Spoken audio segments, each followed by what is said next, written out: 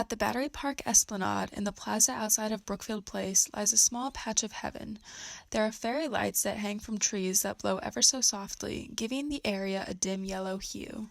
The spot sits on the edge of the Hudson, challenging New Jersey across the way. Cold, double-sided marble benches force you to face the water or the immensity of New York, like sitting in the first row at the movie theater. If you choose to front the promenade, it's just you and the water. Boats trail peripheral vision, but the focus is in the dark blue water rushing just beneath your feet. The water reflects traces of light that escape and project from the buildings behind you.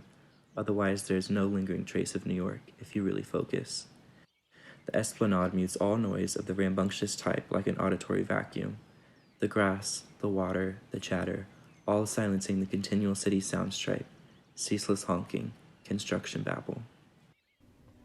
The world feels big, more than big, full of meaning and intention.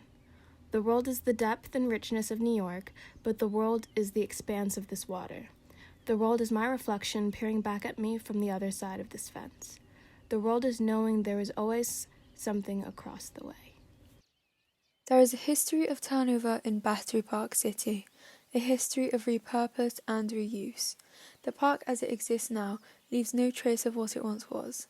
In the late 1800s, there was a rush of Arab immigration into Lower Manhattan.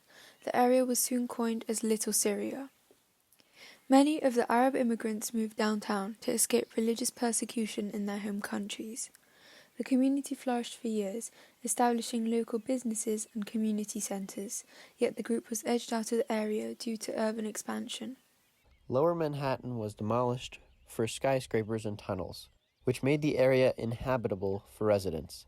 Then, in the late 1900s, it became a landfill.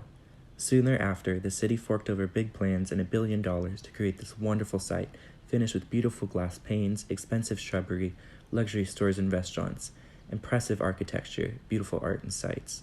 In 1969, the plan was to include 1/3 low-income, 1/3 middle, and 1/3 luxury housing.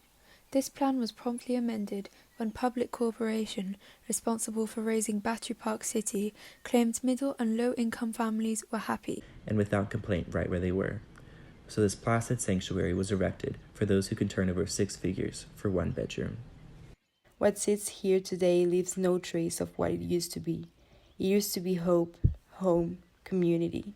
It still is home and community, just for a different class of people. It still serves as hope for the 90%. Just sort of differently because it represents something we might never quite achieve. Many residents describe the West Side Highway as the physical structure that separates this place from the boisterousness of the rest of the city. It subsequently exists as a divider between us and them, the American dream, the goal we set for ourselves, or for our children, or their children. Battery Park City is New York, but Battery Park City is America. It's like me reaching towards Jersey City from the fence. It's right there, but a mass of water lies in front of me, obstructing my body in a way that I could never reach it without aid. That's New York. It's having all the access and resources right there, but bashing in the knees of those who need it the most, to make it that much harder to reach. It's having the resources to create something beautiful, but only giving access to a select few. One need never leave the confines of New York. One need never leave the confines of New York to get all the greenery one wishes. I can't even enjoy a blade of grass unless I know there's a subway handy, or a radio store, or a radio other store, sign or that some people do other not sign that totally people regret do life. not totally regret life. Before indulging in the gloriousness of this place, I ask a bigger question of New York.